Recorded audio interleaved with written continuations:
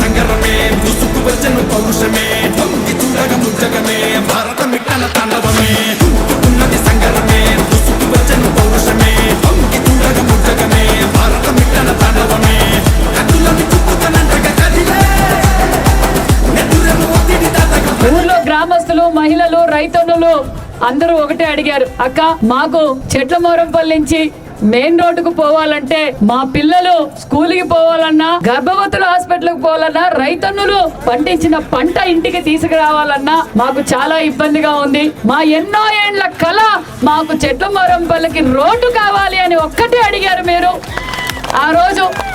నేను ఆ రోజు మీకు మాట ఇచ్చా,